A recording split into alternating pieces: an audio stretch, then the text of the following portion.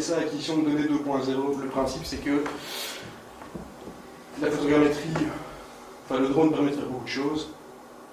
Et j'ai appelé ça 2.0 parce qu'en fait, simplement, c'est un appareil qui vient... le drone, en fait, lui, est apparu en même temps que l'avion, finalement, puisque dès que l'avion est apparu, les premiers avions sont apparus, la première chose que les ingénieurs se sont dit, c'est tiens, est-ce qu'il y a moyen de le télépiloter? Et le principe du drone, ce n'est que ça, en fait. Donc moi, je fais partie de la société DronePix. On est associé avec SkyMinded. On est spécialisé dans la capture d'image, dans le traitement de l'image, et particulièrement dans la modélisation en 3 dimensions d'une zone, d'un objet, d'un monument, ce genre de choses.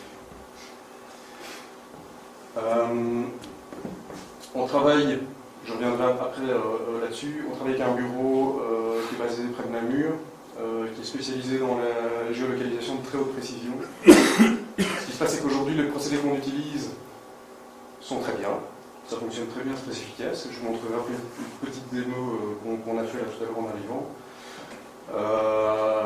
Le seul problème aujourd'hui, c'est qu'on arrive à des taux de précision qui sont impressionnants, mais qui ne sont pas forcément certifiés. Et donc c'est là qu'on s'associe avec le bureau CGEOS, qui eux vont à un moment donné garantir la qualité des relevés qu'on effectue. Et on est en train de faire en sorte de pouvoir arriver à des taux d'erreur qui sont infracentimétriques, quelle que soit la surface à modéliser. Ce que pour le moment personne ne fait. Donc c'est intéressant avec ce bureau. Je reviendrai après sur ce qu'ils font exactement. Ça c'est juste pour expliquer UAV, UAS, FPAS, tout ça c'est la même chose. UAS c'est simplement le système complet. Donc c'est un appareil volant non habité. Et c'est le système complet, donc ça comprend la télécommande, tous les systèmes de transmission, l'appareil en lui-même, tout ce qui est le système complet. UAV c'est juste la partie volante du système. Et FPAS, c'est l'ensemble des appellations reprises pour le civil. Simplement pour ça vous donne une idée, parce que souvent on est un peu perdu. Aujourd'hui, l'utilisation de ce genre d'appareil, c'est à peu près 90% pour l'audiovisuel, parce que tout le monde a envie de prendre de belles images, et c'est vraiment très chouette. Nous, on s'est vite rendu compte que c'était très chouette, effectivement, mais qu'il y avait un potentiel bien plus énorme dans tout ce qui est acquisition de données, de toutes sortes, être de tout ce qui est infrarouge, thermique, photo pour la photogrammétrie, prise tout ce qui est météorologique, mesure des gaz, mesure de la toxicité de l'air, ce genre de choses. Donc ça c'est toute une série d'applications potentielles avec ces appareils-là, dont certaines sont déjà très au point comme la photogrammétrie, mais la photogrammétrie c'est pas nouveau. Il y a juste que c'est le procédé de prise de vue qui est nouveau, qui offre des perspectives différentes. Nous, on travaille avec ce genre d'appareil, qui est celui-là. Ça permet de venir mettre une caméra qui est stabilisée sur une nacelle. C'est un appareil qui permet d'embarquer pas mal de points, un appareil photoréflexe avec une très grande résolution, et c'est sur une nacelle complètement motorisée qui permet de choisir l'angle de vue.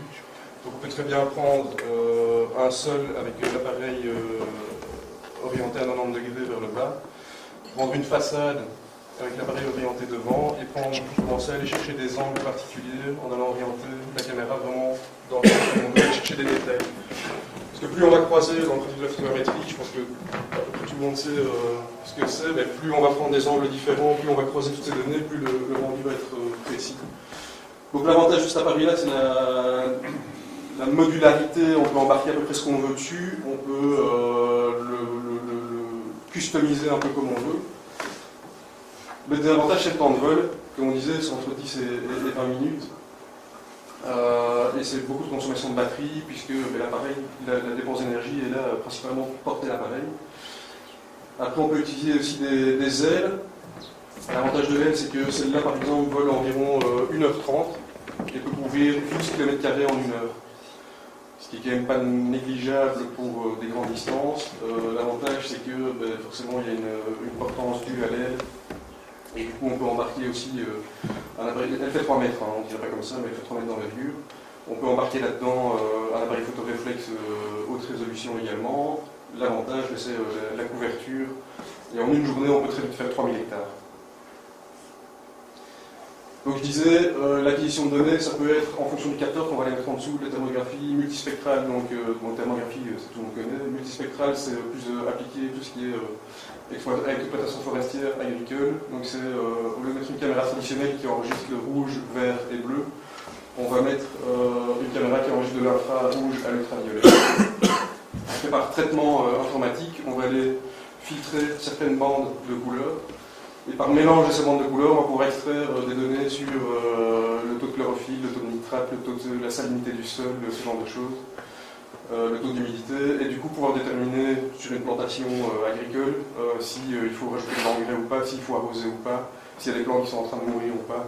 On va pouvoir aussi différencier les betteraves des mauvaises herbes et aller sur un plan géolocalisé, donner les coordonnées directement en pointant sur les mauvaises herbes, en disant enfin, à ces coordonnées-là, il y a des mauvaises herbes à enlever. Ça évite de parcourir tout le champ. Ça évite d'aller épandre de l'engrais sur des zones où il n'y en a pas besoin. Du coup, c'est un impact économique pour l'agriculteur et écologique, puisqu'on ne commence pas à aller verser des tonnes d'engrais qui ne sont pas nécessaires. Donc, il y a tout ce qui était météo, qualité de l'air, etc. Évidemment, tout dépend du capteur qu'on va installer dessus. Ce qui nous intéresse ici, c'est la photogrammétrie. Donc, les thermographiques, ça on avait bien compris. Le multispectral, on obtient ce genre de carte. Ici, par exemple, c'est le taux de salinité du sol qui a été mesuré. Donc, ça donne des informations assez précises sur le contenu du sol. On peut utiliser des prises infrarouges pour tout ce qui est forestier, pour aller déterminer, par exemple, l'essence d'un arbre en fonction de la couleur du feuillage. Donc là, on a des choses plus blanches, des choses plus rouges, en fonction de ce qu'on a qualifié au sol, on va pouvoir dire que cette couleur-là représente telle ou telle plantation, telle ou telle essence. Et en fonction de la densité du rouge, on va pouvoir déterminer si un arbre est en train de mourir ou ce genre de choses, s'il est stressé, ce genre de choses. Donc au niveau gestion, c'est quand même un outil assez utile, qui s'utilise déjà tous les jours par beaucoup de personnes. L'avantage de nouveau avec ce genre d'appareil, c'est qu'on peut très facilement rafraîchir les cartes qui ont 2, 3, 4, 5 ans et qui sont prises toujours à jour. Donc la photogrammétrie, pour ceux qui ne savent pas ce que c'est la photogrammétrie, c'est modéliser virtuellement un espace tridimensionnel à partir de photos en 2 dimensions tout à fait traditionnelles. Le principe, c'est de prendre un objet, une surface, un terrain, n'importe quoi, un monument, le prendre sous différents angles. Ensuite, on va traiter ça de manière informatique. Le logiciel va comparer chaque pixel de chaque photo et va déterminer le déplacement des pixels les uns par rapport aux autres sur chaque cliché. Cette technique permet du coup de déterminer une élévation et du coup de modéliser un objet en 3 dimensions. Donc ça, c'est le principe en gros. C'est le principe ici. Donc on va canarder une zone de photo, on la couvre complètement, on arrive à modéliser la surface complètement via le logiciel et ensuite venir replaquer la texture des photos sur le modèle en 3D. Et du coup, on se retrouve dans un modèle virtuel, tridimensionnel, mais avec un aperçu photoréaliste. L'avantage, par exemple, par rapport à tout ce qui est prise LIDAR, ce genre de choses, c'est que au LIDAR, donc le LIDAR, c'est le scanner laser qui permet de modéliser des nuages, de récupérer des données pour créer des nuages de points.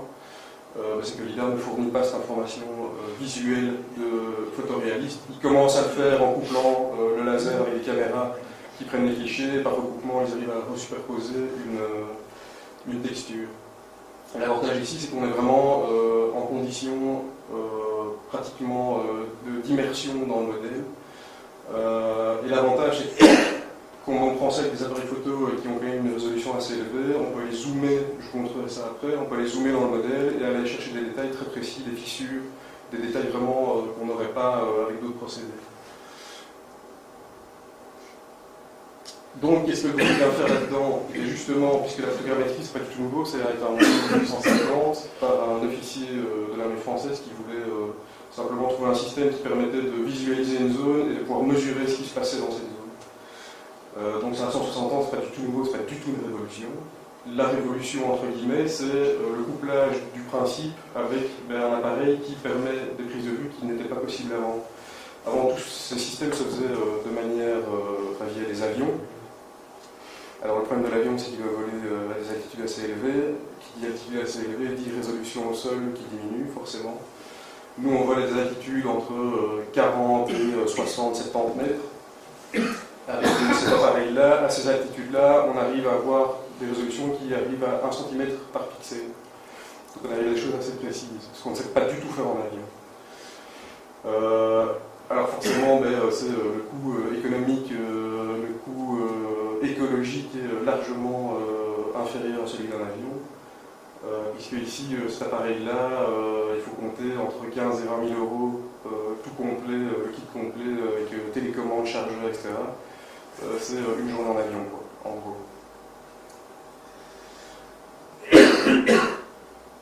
Donc c'est ça, la rapidité de capture. Ici, par exemple, je vais vous montrer un exemple après d'une carrière qui fait 9 hectares, qui est là au sol. C'est un relevé qui a duré 9 minutes. Donc on est à peu près à 1 minute par hectare. Ça va très vite. Le vol est programmé. On utilise une interface sur la carte. On a la carte qui va s'afficher ici en dessous. On va déterminer, en fonction de la carte qui va apparaître, une zone de vol. Donc on va vraiment dessiner tout le parcours. L'appareil est au sol, éteint. On met la télécommande en mode automatique. On appuie sur Go. Il va démarrer, décoller, faire tout son trajet, revenir, atterrir, s'éteindre. Donc il n'y a aucune manœuvre manuelle réelle. Alors ce qu'on fait en général, c'est qu'on le met nous-mêmes manuellement en l'air, parce que c'est forcément la phase d'atterrissage-décollage les plus délicates. L'avantage du système, c'est qu'on connaît la distance à parcourir, on connaît déjà le temps de vol avant même de le faire, parce que la petite interface va vous donner une estimation du temps de vol. On sait exactement au mètre près le vol qu'il va effectuer, et l'avantage, c'est que même en cas de vent plus ou moins fort, il va garder son cap exact. Le modèle que je vais vous montrer après de carrière, il y avait environ 30-40 km/h de vent. Vous allez voir que le parcours de l'appareil est tout à fait rectiligne. Donc je vous disais au niveau de la prise de vue, c'est les intérêts de ce genre d'appareil, c'est la facilité d'utilisation, puisque on peut soit l'utiliser en fixe, et l'appareil va faire tout son parcours, l'appareil photo va prendre ses photos en automatique. On peut commencer à piloter séparément, pendant qu'il fait son parcours, on peut piloter séparément la nacelle avec une autre télécommande, et du coup on peut vraiment choisir le cadrage qu'on veut. Et l'avantage aussi, c'est du coup, comme on a une machine assez importante, le pont embarqué est important, et du coup on peut mettre des appareils photo de qualité. La modélisation. Alors, je vais couper ça, et on va entrer dans le vif du sujet. S'il veut bien. Donc ici je vais vous montrer, s'il veut bien, le logiciel qu'on utilise pour modéliser nos clichés. Évidemment, c'est quand il faut le montrer que ça ne marche pas. En fait, le principe, c'est on prend des clichés photo, haute résolution. On fait en sorte que un point au sol soit au moins sur 9 clichés photos. Ce qui veut dire que les photos qu'on prend vont se recouper très fortement les unes des autres. Une fois qu'on a ces clichés, on les prend de manière... on surnumérise si on veut. Donc on va prendre beaucoup trop de clichés que ce qu'il en faut. Comme ça l'avantage c'est qu'on va pouvoir en supprimer certains qui ne sont pas utiles. Et on va rentrer ça dans le logiciel. Le logiciel, qu'est-ce qu'il va faire? Il va faire une première étape, il va trouver, c'est ma fille. Il va trouver les points de correspondance entre ces clichés. Il va créer un premier nuage de points. Donc le nuage de points, j'imagine que tout le monde sait de quoi on parle. Et il va simplement trouver les points de correspondance entre les clichés, et il va créer déjà un modèle en 3 dimensions qui ne comporte que certains points. Alors l'avantage c'est qu'il va aller chercher la couleur des photos pour colorer les points. Et donc, on arrive sur ce genre de cliché ici. Et donc vous voyez que ici c'est un cliché par seconde, et l'appareil était programmé pour voler à 6 mètres par seconde, donc on a un cliché tous les 6 mètres en gros. Et donc on arrive à ce genre de cliché qui se recoupe très fort, et donc on avance tout doucement sur la zone. Et ici, l'appareil est complètement autonome. Hein. Donc le vol est programmé et l'appareil photo déclenche simplement toutes les secondes. Donc il n'y a vraiment aucune manipulation, ça va très vite. Une fois qu'on a ces clichés, on les travaille donc dans le logiciel adapté de votre choix. Vous arrivez, la première étape, à un nuage de points dispersés. Donc ça, ce sont simplement les points de correspondance entre les photos. Donc vous voyez, je vous disais que l'appareil maîtrise sa route. Donc là, avec 40 km/h devant, vous voyez que la route est quand même très rectiligne. Il n'y a pas trop de déviation. L'avantage de travailler avec une assiette stabilisée, c'est que toutes les modifications d'assiette de l'appareil sont compensées directement dans la nacelle. Donc l'appareil reste tout le temps parfaitement droit au degré près. Ce qui fait qu'on obtient, même avec du grand vent, vous voyez qu'on obtient des clichés qui sont pratiquement tous alignés les uns des autres. À partir de ce nuage de points, on va créer un nuage de points dense. Donc ça veut dire que là, on obtient un modèle qui est composé de millions de points. Donc si on zoome, on voit qu'effectivement, c'est tous des points qui dessinent la surface en 3 dimensions. À partir de ce nuage de points, on va créer un maillage en 3 dimensions. Alors l'avantage de tout ça, c'est que on a donc un nuage de points, un maillage. Tout ça est travaillable par des géomètres, par des cartographes dans les logiciels qui acceptent les nuages de points. Tout ça est travaillable par les personnes qui travaillent en 3D, puisqu'on peut extraire chaque étape de la modélisation, on peut l'extraire dans une multitude de formats. Ce qui fait que un développeur de jeux vidéo, par exemple, voudrait un décor photoréaliste, on lui fournit le maillage, la texture, il va pouvoir réintégrer ça dans son logiciel 3D et travailler directement sur un décor réel sans devoir le modéliser. Donc c'est-à-dire qu'en peut-être 2 jours, on va pouvoir lui modéliser plusieurs hectares de terrain, travail qui lui aurait mis peut-être 2 mois.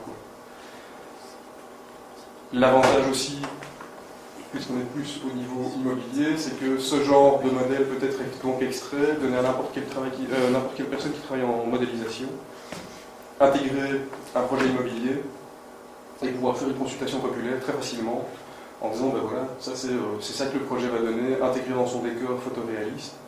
L'avantage c'est que directement vous avez forcément, il y en a toujours un qui va dire oui mais moi j'habite à tel endroit et qu'est-ce que ça va donner de ma terrasse? Eh ben, on va sur sa terrasse, puisqu'elle est dans le modèle, on se met sur sa terrasse et on peut visionner directement de manière tout à fait réelle l'implantation d'un projet. Une fois qu'on a ce maillage, on va aller demander au SOC de replaquer la texture des photos sur le modèle et on obtient ce genre de résultats. Je vais retirer les photos, voilà. Et donc l'avantage c'est que, donc, je disais, on se retrouve dans un modèle virtuel en 3D avec un aperçu photoréaliste. Et ce qui devient vraiment très agréable, c'est de pouvoir aller se promener dans le modèle et d'y être comme si on se promenait en réel, avec une qualité, une définition assez importante. Ici, il faut savoir que donc il y a 200 clichés qui ont été pris, enfin il y a 400 clichés qui ont été pris, on en a sélectionné 200 sur les 400.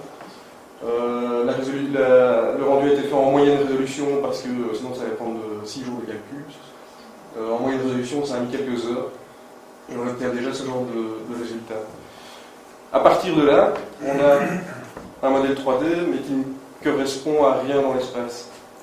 Donc on a quelque chose de non localisé, on va dire. Alors ce qu'on fait ensuite, donc en gros inexploitable. C'est très beau, mais on ne sait rien en faire. Alors ce qu'on fait, c'est que, je ne sais pas si vous voyez, des petits points ici. Ça, ce sont des points qui, au sol, ont été marqués avec soit une cible comme celle qu'il y a là, soit n'importe quoi, une croix, n'importe quoi. On va avec un GPS de précision, on va aller géolocaliser ces points. On va les rentrer, donc ici vous voyez, il y a les points qui sont repris. On va rentrer les coordonnées complètes de chaque point. À partir du moment où on rentre 3 points dans le modèle, il est géolocalisé complètement dans les 3 dimensions. Et à partir de là, on peut tout mesurer, puisque le logiciel va extrapoler la position de ces points sur l'ensemble de tous les points du modèle. Ce qui veut dire qu'à partir du moment où je rentre ces 3 points, je peux aller mesurer la position de n'importe quel point dans le modèle, connaître ses coordonnées, son altitude, et la distance d'un point par rapport à un autre se calcule en quelques secondes. Simplement, on va aller par exemple positionner, ici j'ai mesuré ici la longueur du mur. On va simplement positionner 2 points, on va lui demander de relier les 2 points et de nous afficher la distance. Là, il y a 60,26 ça prend 3 secondes à faire.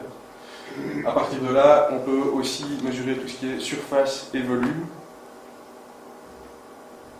Alors simplement, je vais le faire très grossièrement. Volume, je vais détourer la zone que je veux mesurer. Elle est sélectionnée. Je vais aller supprimer tout ce qui se passe autour. Ça prend 2-3 secondes parce qu'il y a un peu de matière à supprimer. Et je vais simplement lui demander de me calculer le volume. Ici par contre, pardon, la surface. Et alors je vais lui demander de fermer le volume qu'on a déterminé, qui pour le moment n'est qu'une coupelle si on veut. Je lui demande de fermer complètement le modèle. Évidemment, on ne fait pas ça aussi grossièrement que maintenant.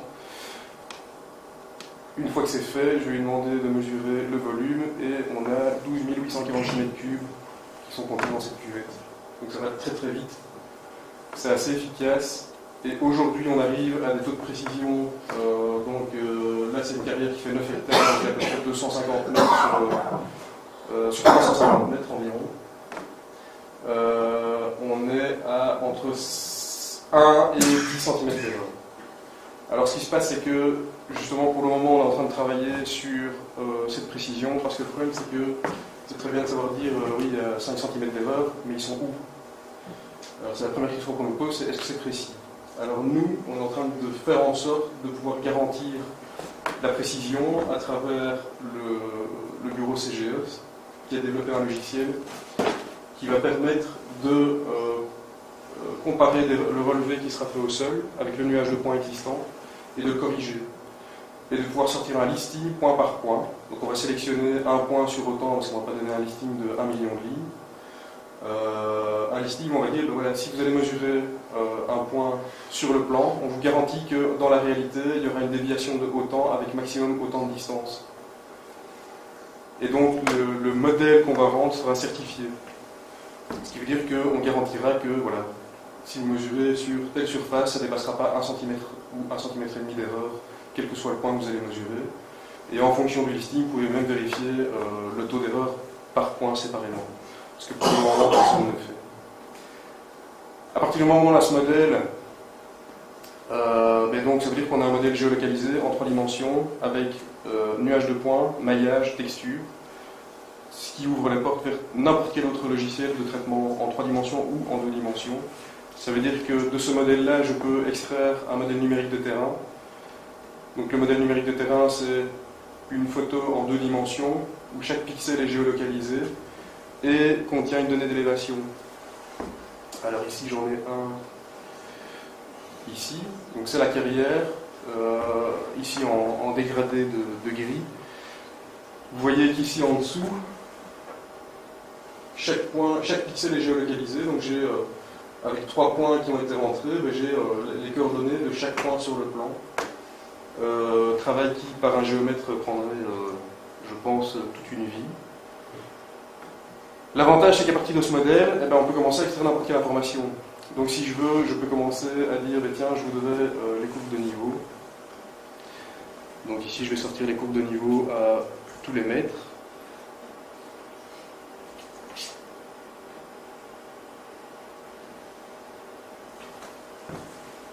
Vous voyez, en quelques secondes, hop, j'ai mon plan recouvert avec les courbes de niveau. À ça, je peux venir, c'est le cliché que vous avez là, je peux venir rechercher une orthophoto géolocalisée, la superposer aux courbes.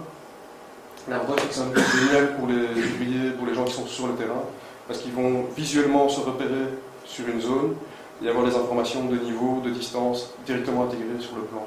Après, on peut rendre ça sous forme informatique, tablette, etc. et avoir accès à toutes ces données sous forme de couches qui sont exploitables de nouveau dans toute une série de domaines. Vu qu'on a ce modèle numérique de terrain, on peut commencer à partir sur l'analyse du terrain, que ce soit tout ce qui est simulation d'inondation, d'écoulement des eaux. C'est surtout ça l'intérêt. Donc on pourrait très bien dire, voilà, on a un village qui est inondé 5 fois par an, il commence à en avoir marre. On va aller survoler le village, on va modéliser l'entièreté du village. On va faire une étude de l'écoulement, une simulation de l'écoulement des eaux. On va dire, ok, ben, effectivement, il y a ces zones-là qui sont inondées très facilement. On va pouvoir aller travailler soit sur le nuage de points, soit sur le maillage en 3D, déformer le modèle, faire une implantation potentielle pour canaliser l'eau avec un bassin de récupération et simuler l'implantation potentielle virtuellement pour vérifier la faisabilité et l'efficacité du système. Donc c'est quand même, à partir de quelques photos et une machine de 15 000 €, on arrive quand même à sortir une série d'informations qui sont exploitables dans beaucoup de domaines et à des coûts assez réduits. Voilà, en gros. Je ne sais pas si vous avez des questions. Je vous ai assommé. Alors ici, en fait, donc nous, ce qu'on fait, c'est de l'acquisition de données. Nous, on fait ce traitement-là en modélisation en 3 dimensions. Et c'est maintenant Ramon qui va venir expliquer tout ce qui pend à ça. Donc, c'est tout le traitement et l'exploitation de toutes ces données qui permet d'aller très très loin dans la virtualisation et l'utilisation multicouche. Donc, on va pouvoir modéliser, par exemple, une ville, aller faire une étude du bruit, une étude de la pollution, une étude du sol, commencer à superposer ça dans une multitude de couches, les afficher, les filtrer, recouper les informations et en tirer des conclusions. Voilà. Merci.